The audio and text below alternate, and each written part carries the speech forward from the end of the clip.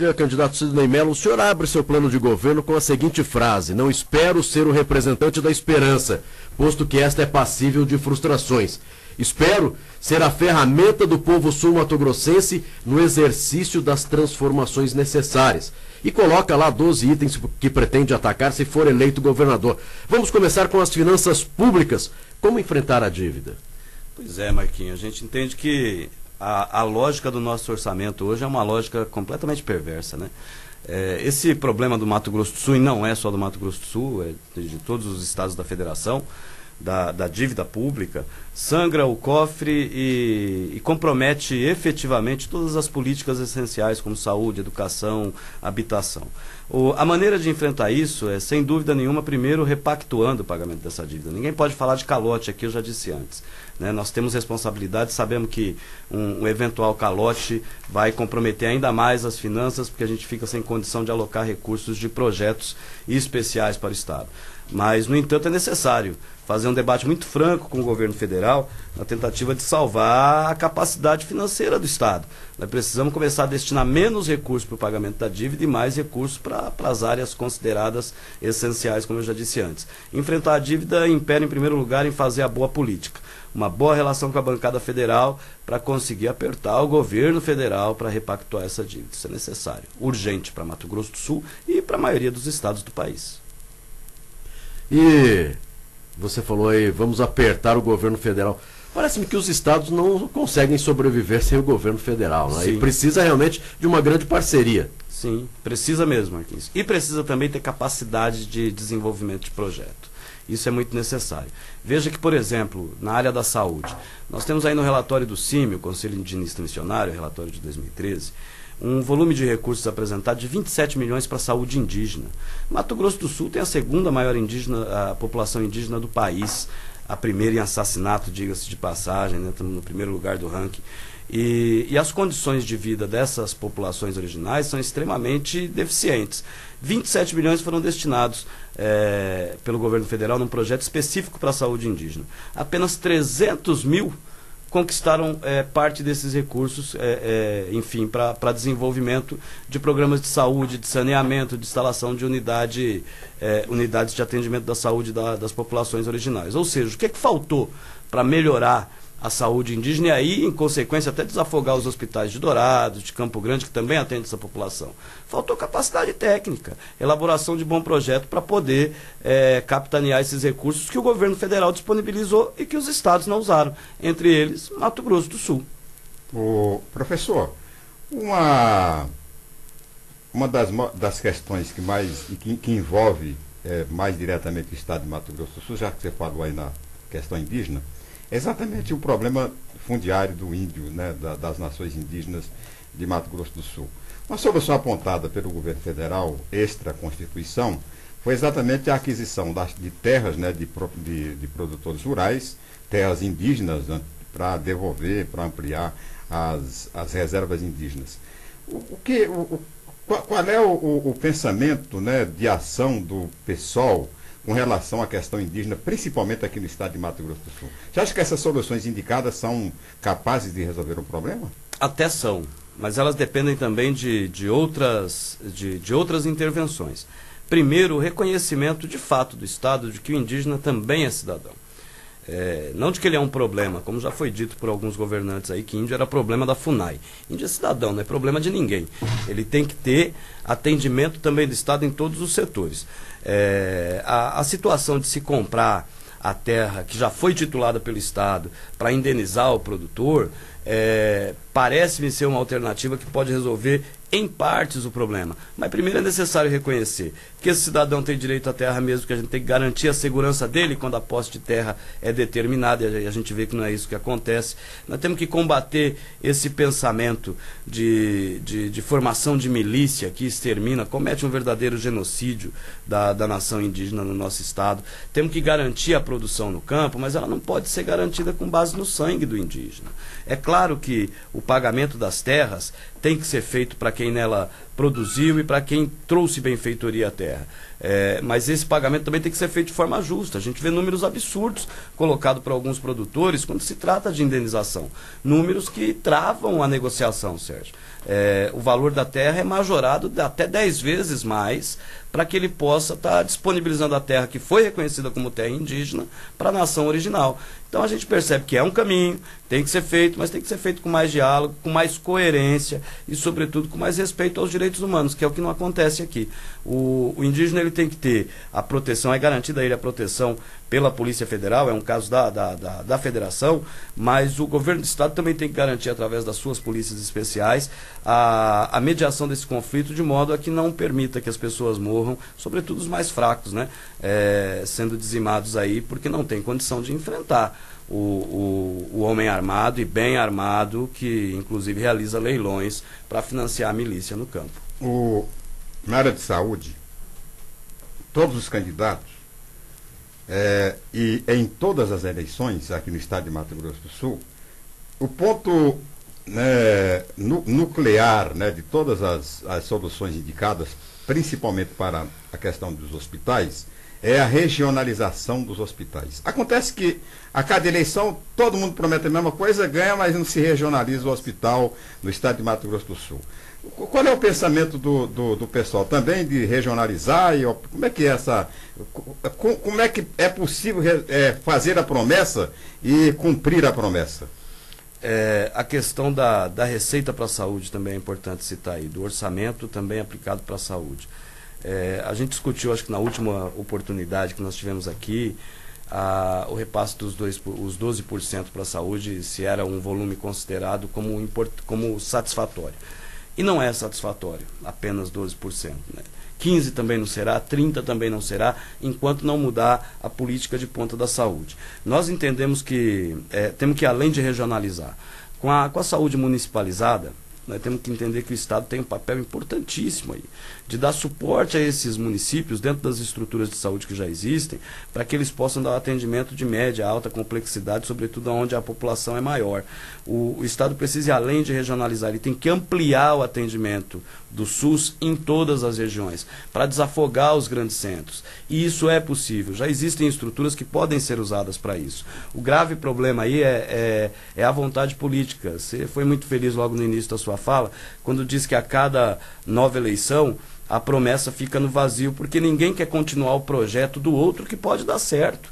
Nós temos que parar com isso, nós temos que ter entendimento de que aquelas coisas, as ações que favorecem a população, independente da sua origem e do partido em que ela se originou, ela tem que ter continuidade para garantir para a população um bom atendimento também na saúde. Agora, a saúde é o calcanhar de Aquiles por conta da questão de investimento econômico mesmo, do dinheiro. Saúde precisa de dinheiro. E precisa de dinheiro porque a gente se ocupa muito de cuidar só da doença e só da cura da doença, não da prevenção, como eu já disse antes aqui.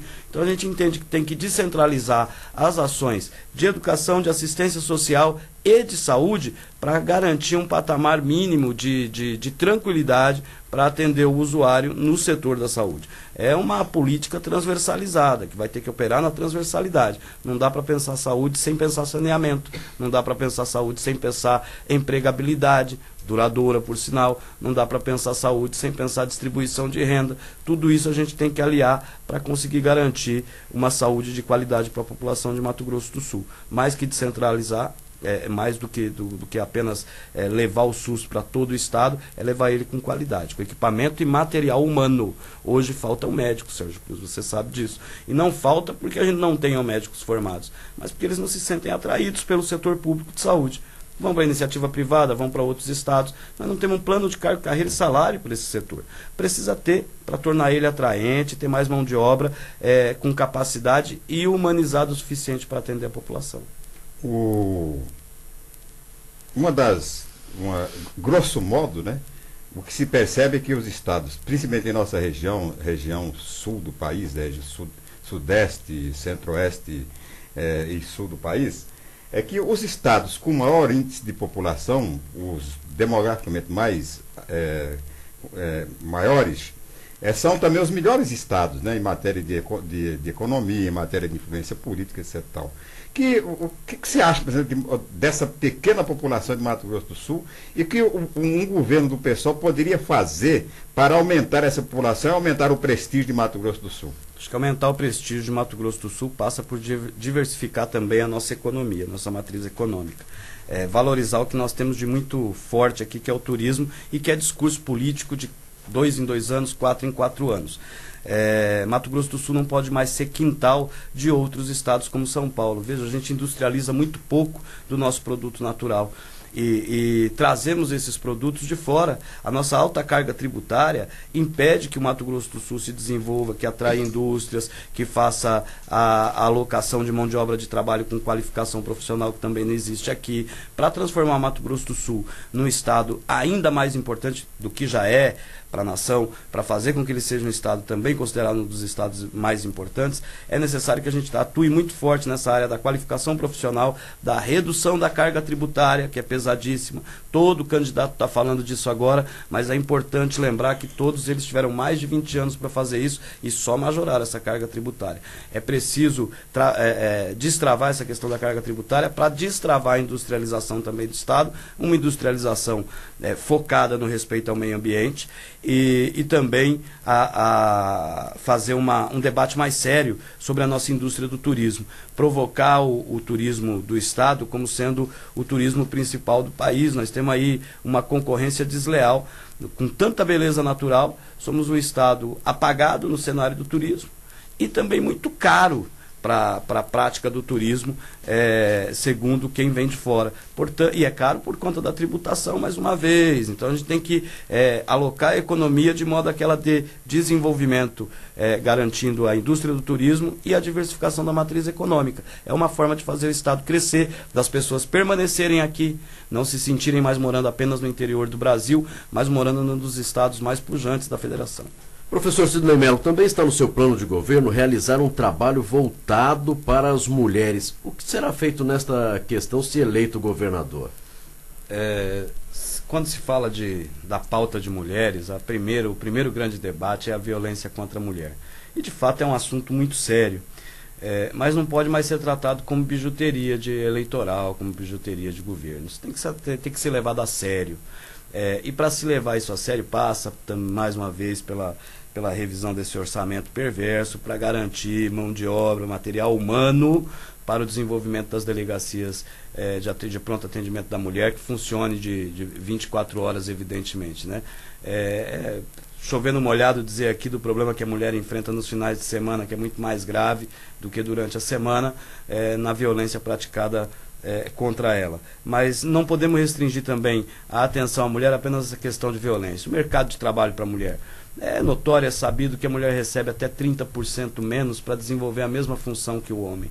E isso é uma prática não só de Mato Grosso do Sul, infelizmente é uma prática recorrente. E também é sabido que a mulher é muito dedicada e que faz com muita perfeição os trabalhos a que se dedica. Portanto, a gente tem que garantir para essa mulher mais qualificação para a mulher jovem, para a mulher que está fora do mercado de trabalho, que muitas vezes estacionou uma parte da sua vida para cuidar dos filhos e da família e agora está retornando. Tem que garantir a reinserção dessa mulher no mercado de trabalho. Para isso tem que ter qualificação específica para a mulher também. A gente tem que pensar nisso com muito carinho, com muita firmeza e rapidez, porque nós temos uma geração de mulheres aí em idade produtiva que não estão conseguindo se colocar dentro do mercado de trabalho, justamente pela falta de qualificação profissional. O pessoal entende isso, sabe que isso é necessário ser feito e vai fazer através da Secretaria de Políticas Públicas da Mulher, que nós não vamos fazer como coordenadoria ou como subsecretaria, secretaria mesmo, para tratar dos assuntos das mulheres e resolver as demandas da mulher. Tem um outro detalhe muito importante, que é com relação à casa própria. A gente percebe, até falamos disso numa outra oportunidade, que a sindicação política para acesso às moradias populares, aos conjuntos habitacionais de governo e tal, isso prejudica demais. Um dos outros critérios é garantir um percentual de todas as moradias populares construídas pelo governo, especificamente para a mulher, porque a mulher é o arrimo da família da maioria da população. Isso não há mais dúvida também. Ela é a responsável por isso. Tem uma série de políticas que são importantes para a mulher, mas elas passam fundamentalmente pela qualificação, pelo acesso ao mercado de trabalho e pelo retorno à educação, o estímulo ao retorno à educação, para que ela possa garantir a sua independência e autonomia. Sair de um casamento não pode significar sair da vida, não pode significar recomeçar do zero ou não recomeçar. Tem que significar a independência da mulher para um novo momento da vida dela. E nós, do pessoal, temos muito respeito com isso. Inclusive, internamente, nós não trabalhamos essa questão de proporcionalidade da mulher dentro do partido, não. Com a gente é paridade mesmo. É meia a meia, 50% para elas e 50% para nós. E assim será o nosso governo. Entendemos que no governo a mulher tem que ter uma participação efetiva, né? Não uma participação com cota. A mulher tem a mesma capacidade que o homem de desenvolver bons projetos e boa política. Bem, o senhor falou aí, não é, com relação à delegacia de atendimento às mulheres 24 horas. E aí me vem a pergunta, e na área da segurança pública, o que pensa o pessoal? O pessoal entende que é necessário acabar com o déficit de material humano. Nós vemos aí, entra governo e sai governo, um desfile de viatura nova. É uma beleza você ver isso na avenida. Só que não passa na mesma avenida aquelas viaturas que estão sucateadas, sem pneu, sem gasolina, sem condição de rodar. A entrega de armas também é uma prática muito comum para dizer que está investindo na segurança. Mas segurança precisa de muito mais.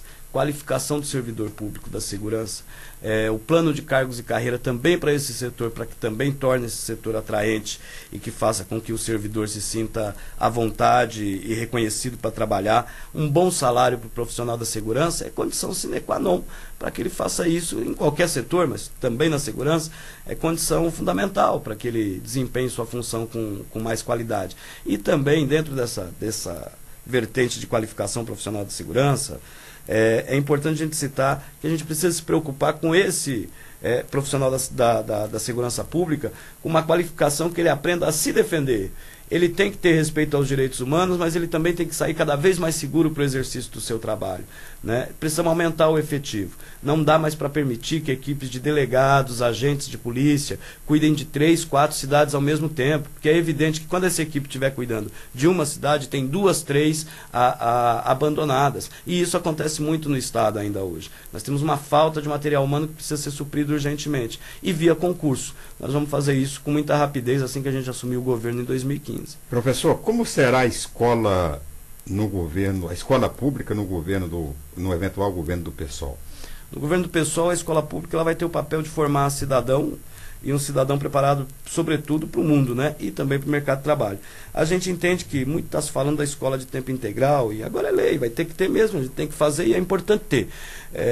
Mas não podemos fazer apenas desses centros de estudo, de ensino, o centro de referência e abandonar os demais. A escola pública ela tem que operar dentro da sua capacidade. Nós temos um espaço ocioso, a evasão escolar não é novidade dentro do sistema público de ensino. Nós precisamos garantir que a escola seja atraente, e para isso, mais uma vez, o servidor tem que ser muito bem remunerado, muito bem reconhecido, passa pelo servidor novamente. Mas precisa ter uma liberdade no que diz respeito ao saber pedagógico desse professor, para que ele também possa explorar o saber que vem de casa desse aluno. A escola não pode mais ficar parada, e em Mato Grosso do Sul não será, apenas no seu papel formal de colocar o aluno para aprender e mandar o aluno de volta para casa ao final do período. Não pode ser só isso. A escola tem que ser o espaço de convivência, e assim será com o governo de Mato Grosso do Sul sendo do PSOL. Nós vamos investir muito mais no material humano e vamos investir muito mais na formação desse material humano, para que a gente tenha condição de dar uma qualidade de ensino ainda melhor para os nossos jovens. Aliar o ensino médio ao ensino técnico profissionalizante está dentro do nosso programa de governo, e não é uma falácia, não é uma bravata, é uma necessidade do Estado. Nós não podemos mais deixar o jovem sem perspectiva de como ele se insere no mercado de trabalho. Ele precisa ter a escola como portão para o mercado de trabalho, para garantir para ele o conforto e a segurança de que ele vai poder disputar aquilo que ele quer ter na vida. Sem trabalho ele não tem condição de prosperar, de crescer, e o jovem vai ter essa qualidade garantida. Além disso, respeitar as vocações. A escola tem que respeitar as vocações locais de cada região. Nós vivemos num estado onde de uma região para outra você percebe diferenças muito grandes. E essas diferenças não estão presentes dentro de um plano curricular da escola estadual, que obedece a um parâmetro único. Nós temos que começar a obedecer, a respeitar as diferenças locais para fazer com que o jovem se sinta na escola como se estivesse dentro de casa. Esse investimento é necessário. Educação é uma das prioridades do PSOL e isso vai ser visto na escola estadual e também na UEMS. Nós temos que transformar a UEMS, que já tem uma capacidade de conhecimento dentro dos nossos mestres, doutores, inquestionável, mas nós temos que dar para eles ferramentas para que seja uma fábrica do saber, uma fábrica de desenvolvimento de pesquisa, de desenvolvimento de projeto, de auxílio ao Estado, de ajuda para o desenvolvimento do Estado. Nós temos que garantir a capacidade científica da UEMS e isso vai ser feito também durante o governo do PSOL na educação. E nós estamos conversando com o candidato ao governo do Estado pelo PSOL, professor Sidney Mello. No seu plano de governo é colocado também uma preocupação com o trabalho contra a discriminação. De que maneira fazer esse trabalho através do governo do Estado e em quais áreas, professor Cid? Formação cultural, né? A gente não pode perder de vista que o papel do Estado vai muito além de fazer uma propagandinha contra o preconceito nas cadeias de rádio e TV. Nós temos aí as pastas de assistência social, de educação, de saúde, que tem que atuar muito forte nisso. Veja, o atendimento, por exemplo, à comunidade LGBT tem que ser feita, por exemplo, nos postos de saúde com o respeito peculiar que necessita. Né? A gente tem que ter o nosso servidor preparado para atendê-los, sabendo que eles são tão cidadãos quanto os outros e que têm suas especificidades para serem respeitadas. A questão do negro e do quilombola não pode ser olhado como algo distante do grande centro urbano ou como ocupador apenas do subemprego. Isso está no imaginário popular. Combater isso passa pela educação, passa pelo respeito às tradições, à cultura de cada um desses povos, ao conhecimento do outro sobre a realidade daquele que vive a situação do ribeirinho, do quilombola, do negro, enfim. Nós vamos fazer com que o preconceito seja combatido através de uma formação cultural. Isso é lógico, leva tempo, mas leva tempo a partir do momento que você começa. Se você nunca começa esse trabalho de resgate dos valores humanos, independente da sua condição, ele nunca vai acontecer. Tem um tempo para ser feito, mas o Estado, administrado pelo PSOL, vai combater duramente todo tipo de preconceito e discriminação contra a pessoa humana.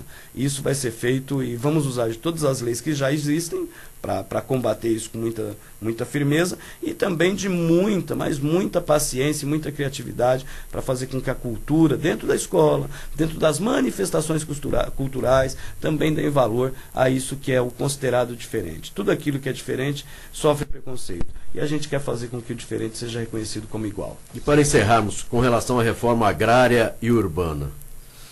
Dentro da questão urbana, é importante que a gente veja que nós temos aí grandes vazios urbanos que precisam ser melhor aproveitados. Né? Além disso, um debate que a gente faz sem nenhum medo, e é um debate muito sério, é o debate do uso social dos imóveis abandonados, né? A função social desses imóveis. A gente fala muito em construir casa, mas o que a gente tem nas cidades maiores de imóveis que estão prestando um desserviço à nossa população e ao Estado, gerando inclusive doenças, porque ficam fechados e expostos a todo tipo de situação. Esses imóveis têm que ter função social. Ninguém está falando de tomar o que é do outro aqui, mas de racionalizar o uso para que ele seja transformado em qualidade de vida para as pessoas.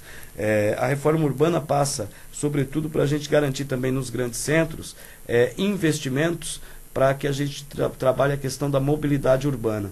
Fazer a mobilidade urbana, garantir a mobilidade humana do nosso morador. Hoje, das grandes cidades. É necessário que o Estado, esse é um papel do município, cuidar da sua malha viária, cuidar do seu trânsito, mas o Estado tem que ser parceiro para garantir projetos que viabilizem essa mobilidade urbana também. Com relação à reforma agrária, entender que a agricultura familiar é o que de fato pode alimentar a mesa do trabalhador. E aí temos que ter uma política muito séria, muito clara com os assentados. Não adianta você lutar pelo assentamento, garantir até que ele exista e não dar condições para que ele plante, para que ele produza, deixa ele lá sem água, deixa ele sem luz, sem equipamento, sem semente, a patrulha mecanizada vem do governo federal, cai na mão do prefeito, e o prefeito entrega quando quer, para quem quer, sobretudo em momento eleitoral. A gente tem que fazer com que isso chegue direto nas associações desses assentamentos, para que eles possam produzir. A reforma agrária, ela depende muito, mas muito em parte do governo do Estado, que tem que estar atento a esse tipo de situação. Não adianta ter o homem no campo se o homem no campo não tiver condição de produzir. A agricultura familiar pode fazer com que a gente comece a reverter esse quadro caótico de importação de mais de 70% do hortifruti do estado do Paraná e de São Paulo para cá, o que encarece muito a mesa do nosso cidadão. Então a gente precisa fazer isso com cautela, mas com muita rapidez também. Não podemos mais esperar. Mato Grosso do Sul não pode mais esperar o desenvolvimento, é por isso que o pessoal vai administrar a partir de 2015. Professor Sidnei Mello, quero agradecer a sua participação na última rodada de entrevista com os candidatos ao governo do estado de Mato Grosso do Sul, e 1 minuto para as suas considerações finais. Aqui eu quero agradecer muito você, o Sérgio, toda a equipe da Rádio Capital, que sempre nos recebe aqui, nos dando espaço para poder falar um pouco mais sobre o que a gente pensa e como a gente pensa. Quero agradecer sobretudo a você que está em casa acompanhando o programa, pedir para que você continue acompanhando o momento eleitoral, os programas eleitorais, os debates, para que forme sua opinião com bastante clareza e coerência.